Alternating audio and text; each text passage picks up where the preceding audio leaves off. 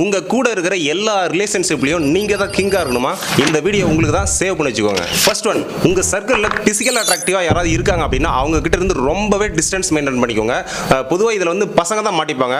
For example, Julius Caesar Cleopatra மேல விழுந்த அட்ராக்ஷனால தான் அவரோட ரோம் சாம்ராஜ்யமே நாசமா போறதுக்கு இந்த பிசிக்கல் அட்ராக்ஷன் தான் மெயின் ரீசன். அதாவது ஒருவனை வீழ்த்தவே முடியாது என்ற நிலைக்கு எதிர்த்தரப்பினர் தள்ளப்படும் போது அவங்க எடுக்கக்கூடிய கடைசி ஆயுதம் தான் இந்த பிசிக்கல் அட்ராக்ஷன்.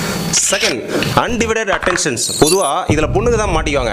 உனக்காக நான் என்ன வேணா செய்வேன், நீ சாப்பிட்டா தான் நான் சாப்பிடுவேன், நீ தூங்கினா தான் நான் தூங்குவேன் அப்படின்னு உங்களுக்காக என்ன வேணா ரிஸ்க் எடுப்பேன்னு சொல்லி கடைசியில் உங்களை அவங்களோட அண்டர் கண்ட்ரோலில் கொண்டு வந்துடுவாங்க. Number 3, affair situation. ஆல்ரெடி நீங்கள் ஒரு ரிலேஷன்ஷிப்பில் இருப்பீங்க. சில பேர் என்ன பண்ணுவாங்க அப்படின்னா, ஃப்ரெண்டு, அண்ணா, தங்கச்சி அப்படிங்கிற பாண்டிங்கில் உங்களுக்கும் அவங்களுக்குமான ரிலேஷன்ஷிப்பை உங்களை சுற்றி இருக்கிற எல்லாருக்கும் ஷோ பண்ணிட்டு பர்சனலாக உங்ககிட்ட ரொமான்டிக்காக பேச ட்ரை பண்ணுவாங்க, இல்லை ஐ கனெக்ஷன் பண்ண ட்ரை பண்ணுவாங்க. இந்த அஃபெக்ஷனில் நீங்கள் விழுந்துட்டீங்க அப்படின்னா இது வெளியே தெரிய வரும்போது உங்களோட டோட்டல் கேரக்டரையும் டேமேஜ் பண்ணி வேரோட தூக்கி போட்டுருவாங்க. இந்த மாதிரி 3 டைப் ஆஃப் பீப்புள் இருந்து நீங்கள் விலகி இருந்துட்டீங்க அப்படின்னா உங்கள் சர்க்கிளில் இருக்க ரிலேஷன்ஷிப்பில் நீங்கள் தான் கிங்காக இருப்பீங்க. ஆல்ரெடி நான் விழுந்துட்டேன் அப்படின்னா கமெண்ட் பண்ணுங்கள். நெக்ஸ்ட் வீடியோவில் இதற்கான சொல்யூஷனை சொல்கிறேன். இந்த மாதிரி ரிலேஷன்ஷிப்பில் விழுந்த உங்கள் ஃப்ரெண்ட்ஸுக்கு இந்த வீடியோவை ஷேர் பண்ணுங்கள்.